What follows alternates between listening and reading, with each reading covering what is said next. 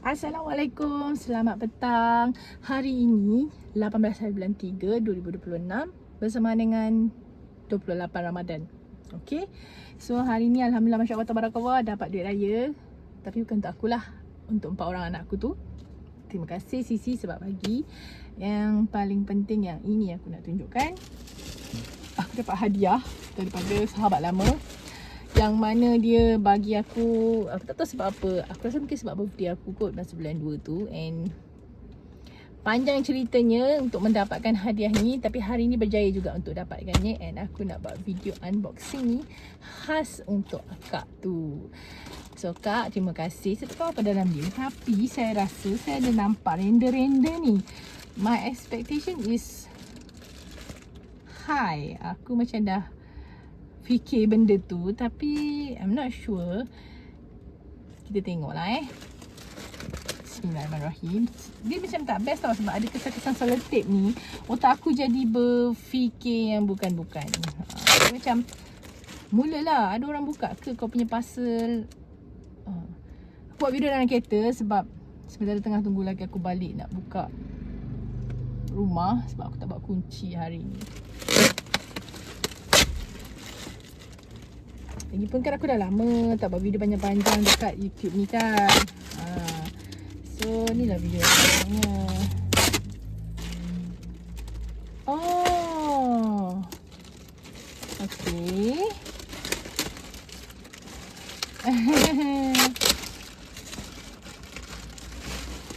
Itulah seperti yang aku sangkakan. Aku rasa cadar.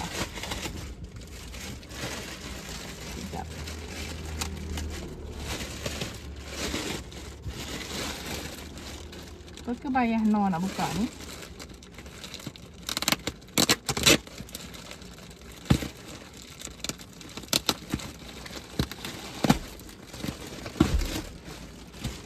Alhamdulillah. Thank you so much kak. Wah, hijau.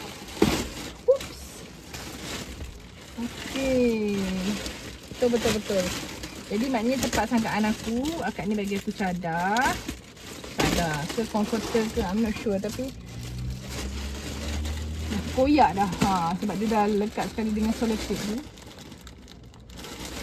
Dia tulis helpful slumber. I love green. Cantik sangat warna hijau dia. Oh, cantik.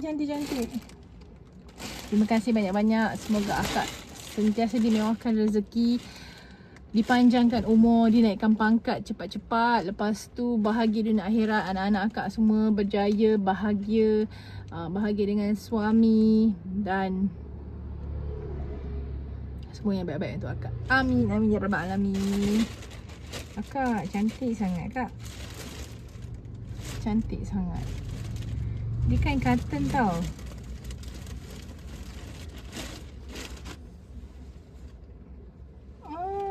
Sarung bantal.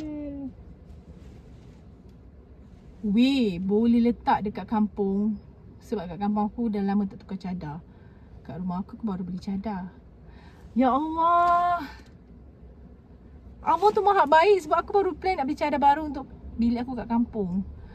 Oh.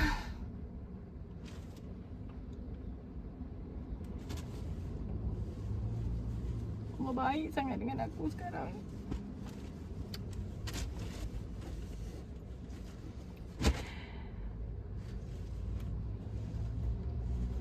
Tapi kan sebab dia warna hijau, aku rasa macam nak letak dalam bilik aku. So yang kat bilik sekarang ni cuci, bawa balik kampung. Okay, itu sajalah guys. Video unboxing hari ni nak tunjuk yang kawan aku bagi, kawan, sahabat, kakak bagi aku hadiah sempena hari lahir aku. Terima kasih kerana menonton. Jangan lupa subscribe and like, share, komen video ni. Assalamualaikum.